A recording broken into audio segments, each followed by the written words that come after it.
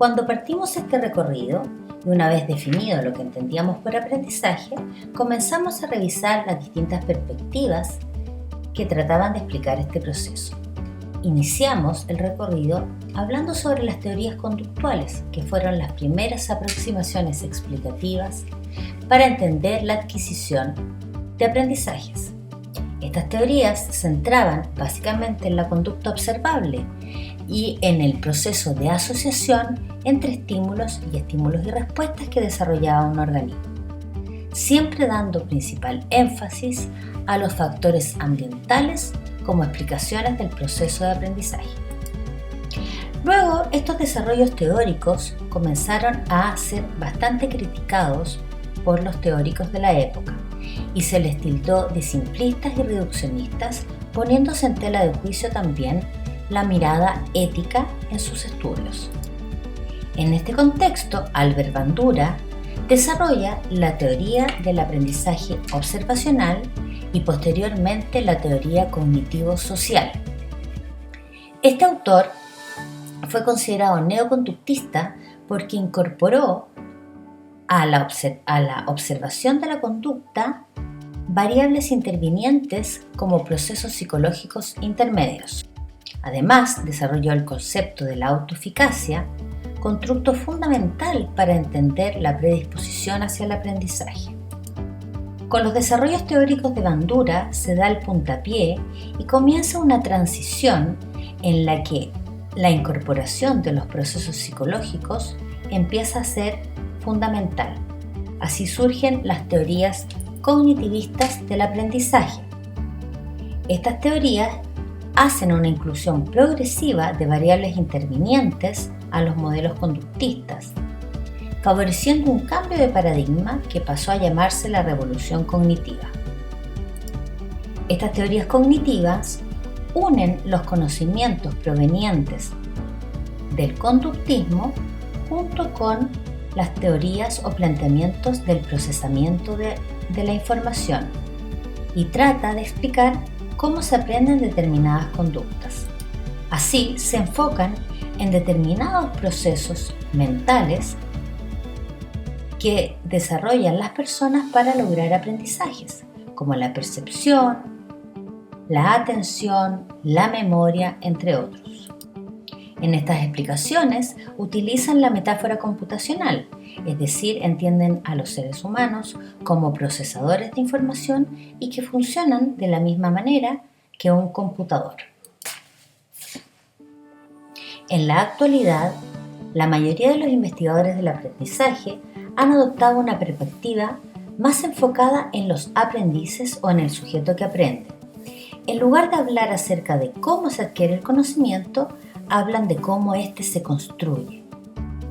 Aunque estos teóricos difieren en la importancia que ponen a los distintos factores que influyen en el aprendizaje y en los procesos cognitivos de los aprendices, estas teorías en general pueden agruparse en una denominación general llamada teorías constructivistas. El supuesto fundamental de las teorías constructivistas es que las personas son aprendices activos y desarrollan el conocimiento por sí mismos. Así, todo el conocimiento sería subjetivo y personal. Es producto de nuestras cogniciones, pero está situado en determinados contextos. A continuación, haremos una revisión y comparación de las diferentes perspectivas mencionadas y para ello tomaremos algunos conceptos para poder hacer este ejercicio. Las compararemos desde la concepción que tienen del aprendizaje, de la enseñanza, del rol de la gente que enseña y el rol del aprendiz. ¿Cómo entienden cada una de estas perspectivas teóricas el aprendizaje? En principio, las teorías conductuales lo entienden como una adquisición de conductas observables. Para la teoría cognitivo-social, el aprendizaje es una construcción activa de conocimientos y aprendizajes en base a la observación de otros, que llamamos modelos. Para las teorías cognitivistas, el aprendizaje es una adquisición de habilidades y conceptos, donde los conocimientos previos influyen en cómo se procesa la información. Y por último, para las teorías constructivistas, el aprendizaje es una construcción activa que se logra reestructurando conocimientos previos. Respecto de la enseñanza y cómo la comprenden, las teorías conductuales la entienden como una transmisión a través de la presentación de estímulos. Por su parte, la teoría cognitivo-social la entiende como un proceso en el que hay una presentación de modelos, demostración de aquellas conductas que quieren ser enseñadas y el fomento de la autoeficacia.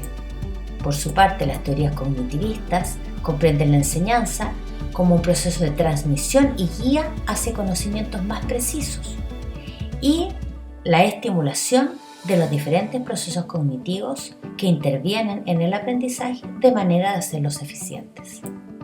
Por último, las teorías constructivistas consideran la enseñanza como un proceso de construcción conjunta de conocimientos entre aquel que enseña y el aprendiz.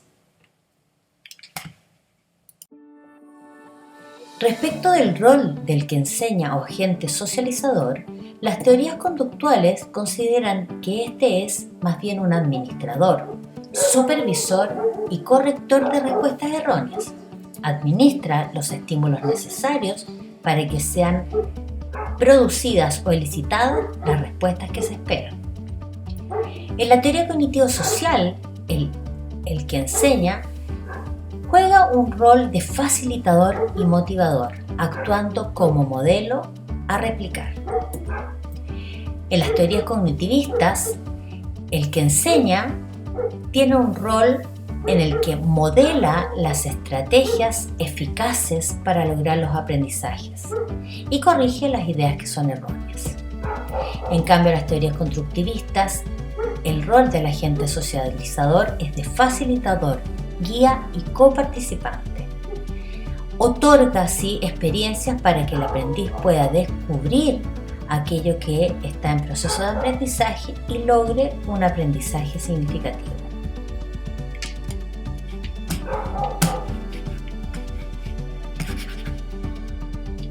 Respecto del rol del aprendiz, las teorías conductuales le otorgan un rol bastante pasivo.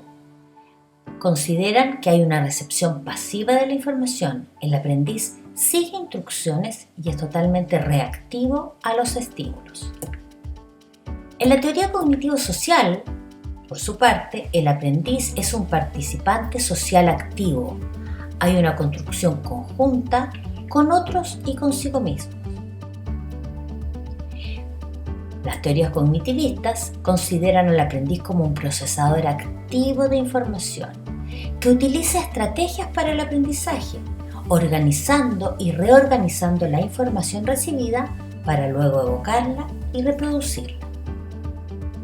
Por último, las teorías constructivistas consideran al aprendiz como un participante también social activo y donde hay una construcción conjunta con otros y consigo mismo.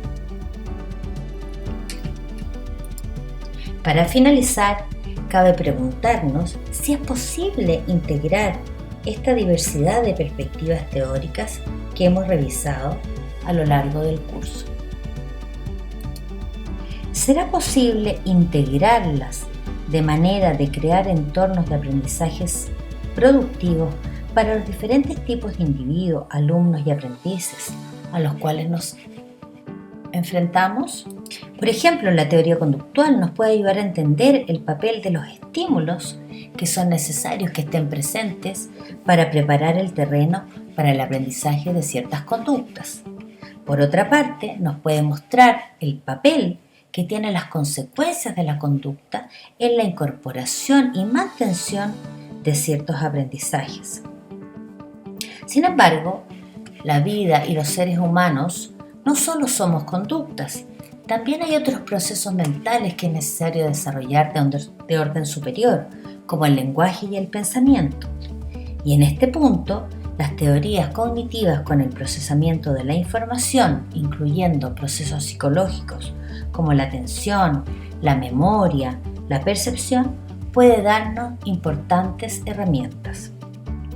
Por último, si pensamos en el pensamiento creativo o en la construcción del propio conocimiento y no solo en un procesamiento de información, las perspectivas constructivistas son de gran aporte.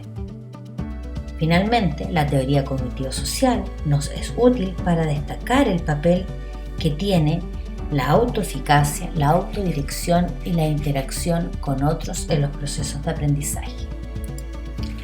Tal como plantea Anita Wohlforth en su libro Psicología Educativa, a quien cito: me gusta pensar que las 4 principales teorías del aprendizaje son los 4 pilares de la enseñanza.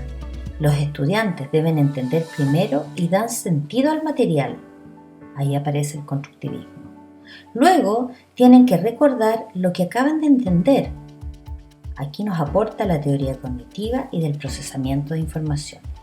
Después deben practicar y aplicar sus nuevas habilidades en distintos contextos. Ahí aparece el conductismo, de manera que se vuelvan más fluidas y automáticas, es decir, que puedan incorporarlas en su repertorio de conductas. Finalmente es necesario que tomen el control del propio aprendizaje, donde aparece la teoría cognitiva. Una falla en cualquier parte de este proceso deriva en un aprendizaje de menor calidad, según esta autora.